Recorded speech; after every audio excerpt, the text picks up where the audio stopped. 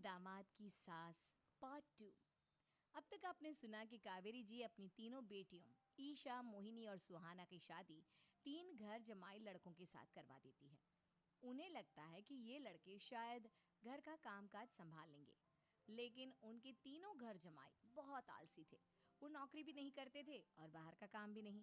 कावेरी जी ने अपनी बेटियों से कहा कि वो प्रेगनेंसी का बहाना बनाकर अपने पतियों को सबक सिखाए। अब सुनिए आगे। मम्मी, आपने जैसा कहा था हमने वैसा ही किया, लेकिन देखिए ना, विवेक का हाल तो वैसा का वैसा ही है। घर में ना सुबह का नाश्ता बनता है और ना खाना। नौकरी पर जाने की बात करूं तो खाने को दौड़ते हैं मुझे। हाँ मम्मी, मैंने भी सुमित को कितनी बार कहा कि अगर नौकरी नहीं करनी तो कोई छोटी सी दुकान ही खोल लो। घर का खर्चा कैसे चलेगा? देखो, दोपहर के 12 बजने आए और जनाब अभी तक सो रहे हैं। हाँ मम्मी, ईशा और सुहाना ठीक कहती हैं। अविनाश का भी यही हाल है। जब मैंने अपनी प्रेगनेंसी के बारे में कहा तो मुझसे कहने लगा, अरे दूसरी लड़कियां तो 9-9 महीने तक नौकरी करती है, बस डिलीवरी के टाइम छुट्टी लेती है। मोहिनी, तुम भी नौकरी करो। अब मुझे कहाँ नौकरी मिलेगी? मम्मी बताओ, अब मैं क्या करूँ? हे भगवान, क्या सोचकर घर जमाई दामाद लाई थी मैं कि मेरी बेटियां मेरे पास रहेंगी और खुश रहेंगी। लेकिन इन आलसी दामादों ने तो हमारी जिंदगी को भी प्रॉब्लम में डाल दिया है। मैं तो कहती हूँ मम्मी, हम लोग वापस अपनी जॉब पर जाना शुरू कर देते हैं। बता देते हैं इन लोगों को कि हमने प्रेगनेंसी का बहाना किया है। नहीं नहीं बेटा, ऐसी गलती भी मत करना। अगर तुमने ऐसा किया तो इन तीनों की आदत और ख़राब हो जाएगी। अरे आज नहीं तो कल कभी तो तुम प्रेग्नेंट होगी, तब वापस यही प्रॉब्लम आएगी। तब क्या करोगी तुम तीनों? हाँ मम्मी, आपकी बात तो बिल्कुल सही है। इन लोगों को तो सुधारना ही पड़ेगा। लेकिन कैसे? अपने बच्चों के आने की खबर सुनकर भी इन लोगों पर कोई असर नहीं हो रहा। पैसे कमाने के लिए घर से बाहर निकलना ही नहीं चाहते ये तीनों। अब मेरे दिमाग में एक प्लान आया है। तुम तीनों चिंता मत करो, उन तीनों को बुलाओ, फिर मैं बात करती हूँ। थोड़ी देर बाद कावेरी जी अपने तीनों दामादों को सामने बुलाकर अपनी बात कहना शुरू करती हैं। अविनाश, सुमित और विवेक, देखो बेटा, मैं ना तुम तीनों से बड़ा प्यार करती हूँ, इसीलिए तो तुम्हें घर जमाई बना कर रखा है मैंने। अरे मम्मी जी, सीधे सीधे कहिए ना, क्या बात है? प्यार तो हम भी आपको बहुत करते हैं। अरे मम्मी जी, आपकी इज्जत भी बहुत करते हैं। अरे भाई, आपके जैसी सास और कमाने वाली बीवी सबको मिलती है क्या? हाँ मम्मी, विवेक और सुमित ठीक कह रहे हैं। आपकी बेटी से शादी करके मेरी तो जिंदगी ही अच्छी हो गई है। जानती हूँ मैं, और ये भी जानती हूँ कि तुम तीनों अपने अपनी बीवियों से बहुत प्यार करते हो।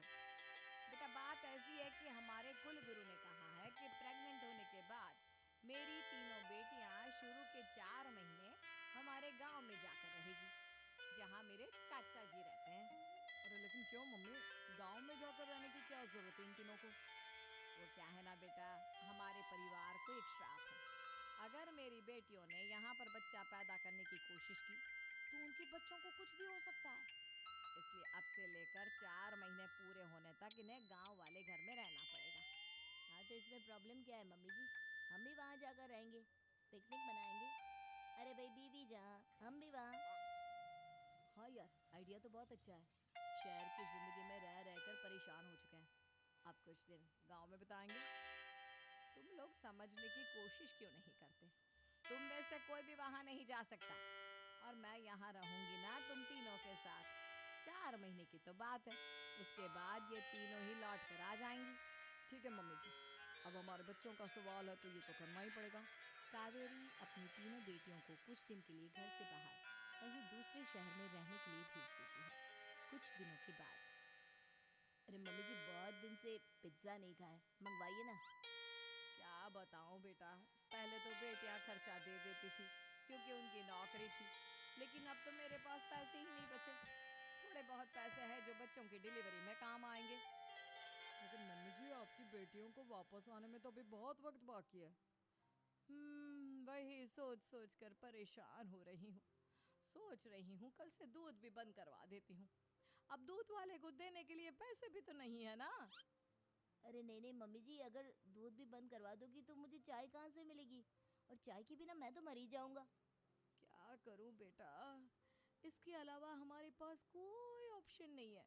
मेरे पास पैसे ही नहीं बचे। इस तरह कावेरी जी धीरे धीरे अपने तीनों दामादों को पैसे देना बंद कर देती हैं और घर में खाने पीने की चीजें लाना भी बंद कर देती है। अब वो तीनों बुरी तरह से परेशान होने लगे थे और इसलिए एक दिन तीनों प्लान करके घर से बाहर निकलते हैं और बाजार में जाने के बाद यार अच्छा खाना खाए हुए कितने दिन हो गए, पता नहीं कब अच्छा खाना मिलेगा। हमारी बीवियों के जाने के बाद तो हमारी हालत भिखारियों जैसी हो गई है यार। कुछ भी हो, मुझे तो आज पिज्जा खाना ही खाना है। जेब में 1 रुपया नहीं और पिज्जा खाएगा, कहाँ से आएंगे पैसे? अरे देख वहाँ सामने बोर्ड पर क्या लिखा हुआ है, कंप्यूटर पर काम करने के लिए एक आदमी की आवश्यकता है। भाई मैं तो जा रहा हूँ, काम करूँगा और शाम तक पैसे लाकर आराम से पिज्जा खाऊंगा। जा जा, तुझे कोई काम नहीं देने वाला, हम तो घर जा रहे हैं। चल भाई सुमित। सुमित और अविनाश वहाँ से चले जाते हैं और विवेक उस कंप्यूटर शॉप पर सारा दिन काम करके 5,000 रुपए कमा कर घर लौट कर आता है और अपने खाने के लिए अच्छी अच्छी चीजें भी लेकर आता है। ये देखकर विवेक और सुमित के दिल में भी कुछ पैसे कमाने की इच्छा जागती है। अरे सुबह सुबह कहाँ चल दिए तुम? मम्मी जी एक बहुत अच्छी जगह मिली है, कंप्यूटर पर काम करने के 5,000 मिले थे कल मुझे। अगर रोज काम करूंगा तो पूरे 40,000 की तनख्वाह। अरे वाह, ये तो बहुत अच्छी बात है दामाद जी, आपको जाना ही चाहिए। सुमित और अविनाश विवेक को इस तरह तरक्की करते देखकर परेशान हो जाते हैं और वो दोनों भी काम की तलाश में निकल पड़ते हैं। धीरे धीरे उन दोनों को भी काम मिल जाता है। अब कावेरी के तीनों दामाद छोटी मोटी नौकरी करके अच्छा पैसा कमाने लगे थे। एक दिन कावेरी उन्हें अपने पास बुलाती है। अरे वाह, विवेक 40,000 कमा लेता है, अविनाश 60,000 और सुमित तुम भी 40,000 के आसपास कमा ही लेते हो।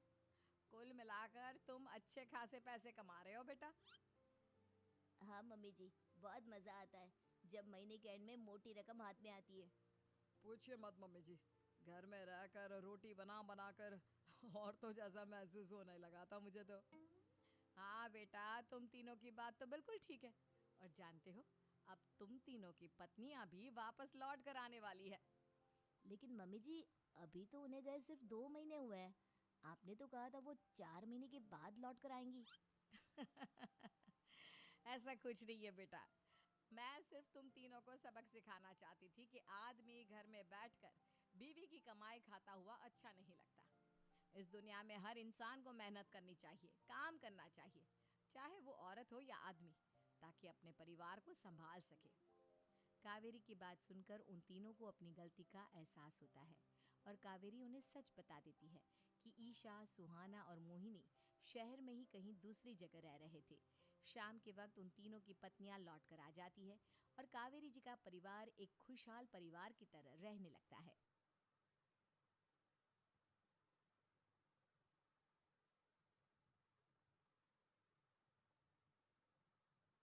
कुछ नहीं होता, किंतु हाँ, मनुष्य के मन में पलने वाली चिंताएं घास से भी तुच्छ होती है। वाह, समझदार मालूम पड़ते हो, लेकिन समझदार मनुष्य अक्सर लालची हो जाता है। क्यों? क्योंकि वो ज्यादा गणित लगाता है।